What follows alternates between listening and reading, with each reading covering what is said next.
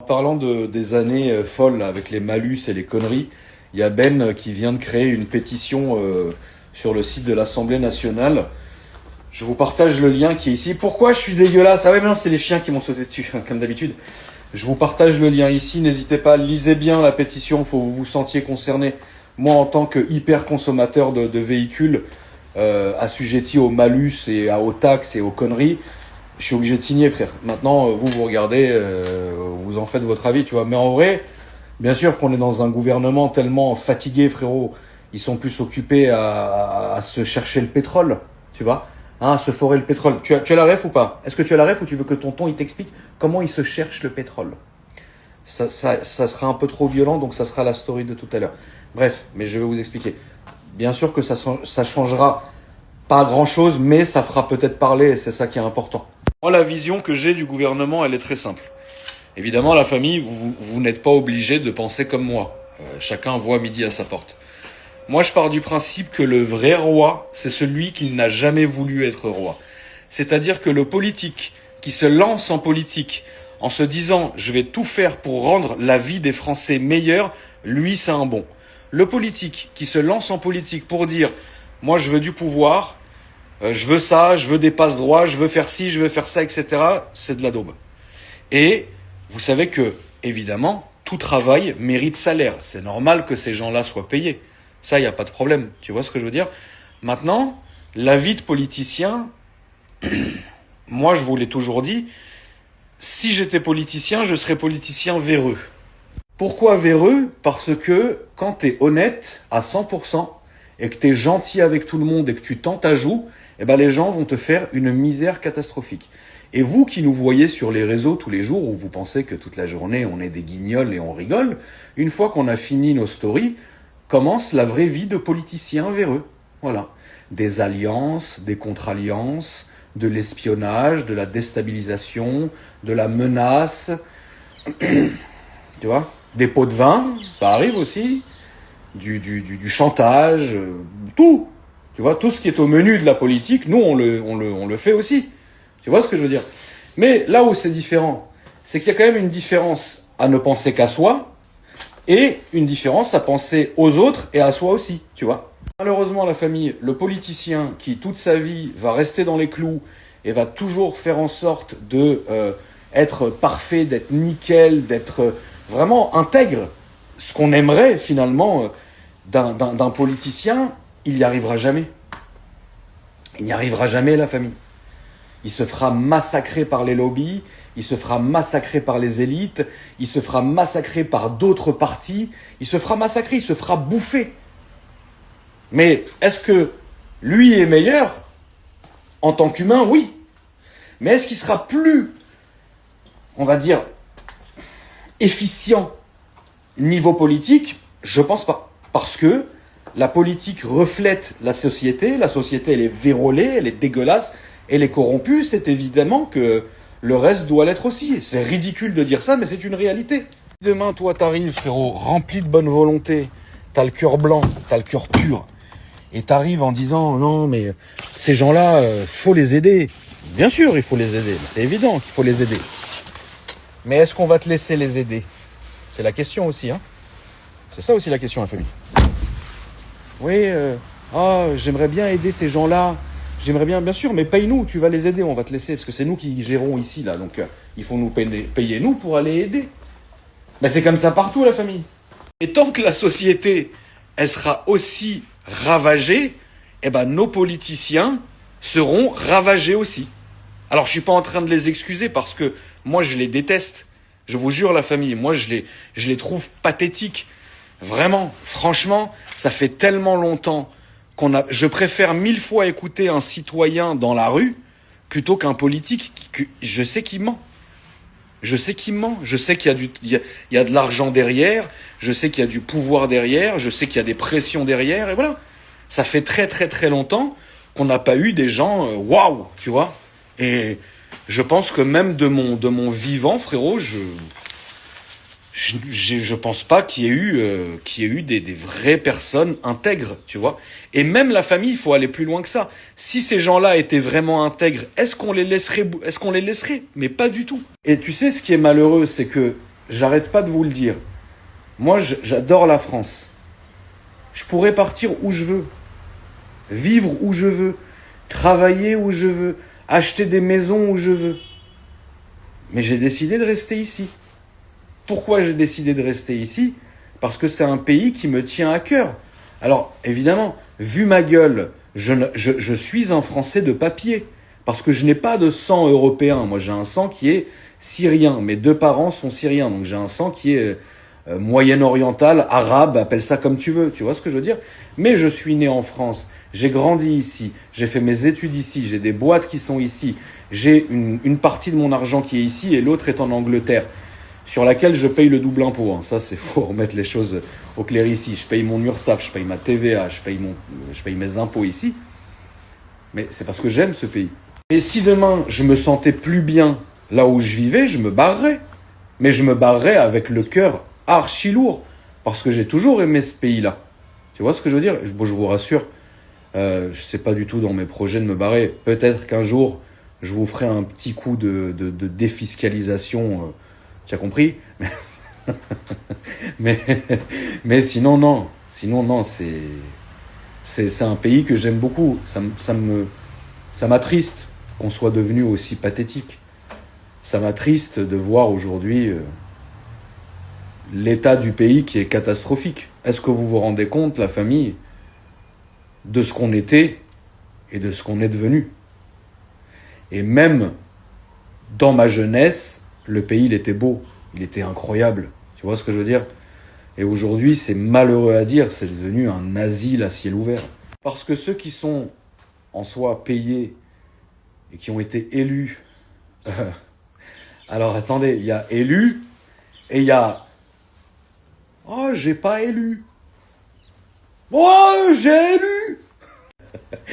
Et donc, tant que ces gens-là seront plus occupés à faire leur grand dîner, à se sodomiser jusqu'à mort s'en suive, à rénover leur palais dégueulasse, et pourtant, c'est tonton qui vous parle de ça. Je suis quand même dans le haut du panier, tu vois ce que je veux dire? Mais moi, je trouve ça dégueulasse, la famille. Il n'y a pas de problème à faire énormément d'argent. J'en fais grâce à Dieu, ma famille, ils en font, tout va bien. C'est pas ça le problème, la famille. Le problème, c'est comment tu vas l'utiliser, qu'est-ce que tu vas en faire. Moi, on ne me paye pas pour m'occuper de vous. Moi, mon argent que j'ai, il n'est pas là pour m'occuper de vous. Ces gens-là, ils sont payés pour s'occuper de nous. Ils s'en battent les couilles. Que ces gens-là passeront leur temps à tout faire jusqu'aux pires singeries. Enfin, vous voyez quand même la gueule du gouvernement. Est-ce que vous vous rendez compte, je ne sais pas quoi vous dire, mais est-ce que vous vous rendez compte de là où on en est en fait? C'est pathétique. Faire de l'argent, il n'y a pas de mal. Mais faire de l'argent sur le dos des gens, vas-y, fais-en, bon, nique, tu vois. Mais en vrai, fais aussi des choses bien. Et en fait, on a l'impression que ces gens-là font tout pour nous rendre malades en fait. C'est ça le vrai problème. La famille, si demain, chaque politicien gagnait des millions d'euros par mois, mais par contre, derrière, ça faisait grave le taf, allez-y, faites, pas de problème. Vous supportez bien les stars du foot, bah, les stars du foot, ils prennent leur oseille, ils jouent, ils font du mal à personne. Vous êtes derrière parce qu'ils font le taf, ils vous divertissent. Très bien. Mais là, on parle de gens qui décident à notre place. C'est des gens qui vont dire, tiens, bon, combien il y a de lits d'hôpital? Non, c'est trop. Mais attends, il y a le Covid, la grippe, le ci, le ça. Comment tu fermes les lits d'hôpital et toute la journée, tu nous demandes d'aller nous injecter le machin et toute la journée ça. Et en fait, tu fermes le... Pourquoi? Vous voulez nous faire crever dans la rue? Non, mais il y en a trop. T'inquiète, on va... Vas-y, mets-lui une borne à vélo. Ouais, c'est bon. Pourquoi ces gens-là, ils se diraient pas, tu sais, un truc tout bête, tu vois. Bon, on est quand même en 2025, c'est l'ère de TikTok, tu vois. L'ère de TikTok. C'est quand même, on n'est pas n'importe qui, la famille. Là, je vous parle pas de Verdun, hein. Je vous parle pas de pierre à feu. Là où il fallait se battre avec des dinosaures pour faire un feu. Là, je vous parle de 2025, l'ère TikTok, où tu peux gagner des millions de dollars en dansant. C'est un choix, la famille. Tu vois ce que je veux dire? C'est une civilisation, c'est comme ça, tout va très bien, pas de problème. Continuons, mais tout va bien. On est quand même en 2025, il y a quand même des gens en France qui dorment dans la rue et qui meurent de froid. Qu'est-ce qu'on fait? On construirait pas des abris ou des endroits pour les y accueillir, non? Non, fais un parc. C'est mieux, fais un parc. Pourquoi ces gens-là, ils se diraient pas, tiens, tu vois l'agriculteur là? Et c'est bien, hein, il n'y arrive plus. T'as un agriculteur, il se lève, il dort plus, le mec. Il n'y arrive plus. Il veut produire, il veut faire les choses, il veut travailler, il veut juste travailler, tu vois. Ben, il n'y arrive plus. Bah, venez, on l'aide, non? Non, on va acheter ailleurs. On va acheter à des pays les mêmes choses qu'on peut produire chez nous. Bien sûr, moins cher, de moins bonne qualité. Et en plus, on leur finance leur guerre. Ouais, faisons ça, c'est bien. Dernier exemple. Tiens, c'est quoi ce mec qui se balade avec un couteau sur les rails du métro, là? Qu'est-ce qu'il fait pour... Qu'est-ce qu'il dit? Il parle à qui? Il parle à son genoune? Hein? On peut l'amener à l'hosto, on peut lui l'amener dans une structure avec des médecins et un traitement adapté. Parce que peut-être que au lieu de lui tirer dessus et de le tuer et qu'il finisse sur Snapchat, peut-être qu'on pourrait peut-être sauver cette personne. C'est une âme, c'est un humain. Tu disais? Non? Il vaut mieux les laisser mourir? Ah bon, d'accord. Si vous voulez, c'est très simple. C'est un business. Ça s'arrangera jamais. Voilà. C'est bon comme ça? Ça ne s'arrangera jamais. Donc il faut faire avec. Regardez l'époque des Gilets jaunes. C'est très facile à comprendre. Le mouvement des Gilets jaunes, à la base, il parlait du prix du carburant. À la base.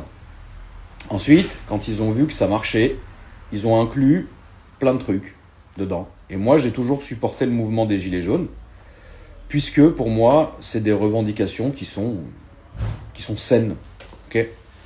Au lieu de faire ce qu'un gouvernement intègre aurait fait, c'est-à-dire de faire un grand remaniement avec des gros projets, etc., et d'aider ses citoyens, ils se sont dit, bah non, déjà, les mecs qui manifestent n'ont pas d'argent, ils n'ont pas de moyens, laisse-les quelques semaines sur les ronds-points dans le froid, t'inquiète, ça va s'épuiser, parce que le frigo, il n'y aura plus personne pour le remplir.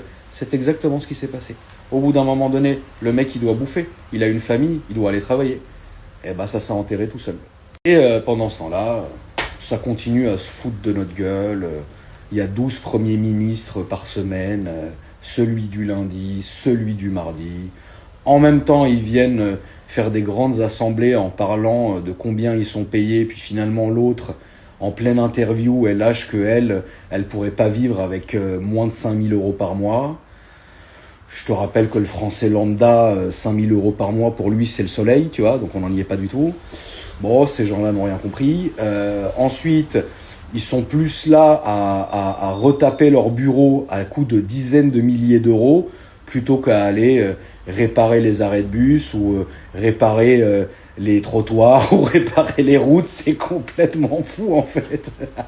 Et quand toi, t'arrives dans ce pays en disant, bon, je vais magouiller un peu d'une manière ou d'une autre parce que c'est comme ça, hein, mais je vais quand même payer ma part du gâteau parce que je pars du principe que il y a des gens qui sont bien moins lotis que moi, et c'est des gens qui méritent que je puisse cotiser pour ces gens-là.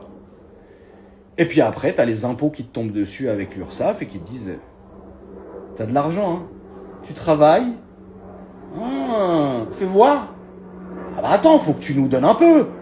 Non mais pourquoi je vous donnerais? Je préfère limite donner aux gens directement. Non, donne. Oh, puis c'est une belle voiture, dis donc. C'est quoi? Une BM? Bah attends, on va te mettre un malus, tu dois payer. Pourquoi? Bah parce que tu es riche, tu as le moyen. Donc la MIF, je suis désolé de vous dire que si vous cherchez une once d'optimisme chez moi, non. Donc c'est pour ça, achetons des bagnoles, payons des malus et fumons des cigarettes. Hein? C'est vrai. Allez, à demain.